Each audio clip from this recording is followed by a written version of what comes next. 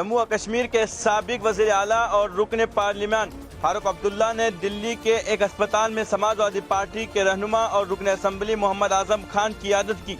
National conference نے دونوں رہنماؤں کی ایک تصویر ٹویٹر پر شیئر کی ہے، جس میں اعظم خان اسپتال میں پہنے جانے والے مخصوص لباس میں نظر آ رہے ہیں۔ اعظم خان کو حالیہ دنوں میں کم از کم 2 برس کی قید کے بعد سپریم کورٹ کی ہدایت پر رہا کیا گیا ہے، لیکن رہائی کے بعد انہیں صحت کے حوالے سے کئی مسائل کا سامنا کرنا پڑ رہا ہے۔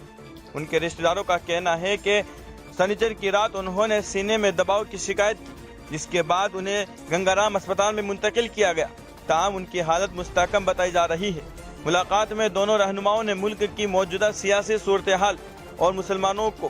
درپیش مسائل پر گفتگو کی۔ اعظم خان نے رکن پارلیمنٹ کی حیثیت سے استعفیٰ دینے کے بعد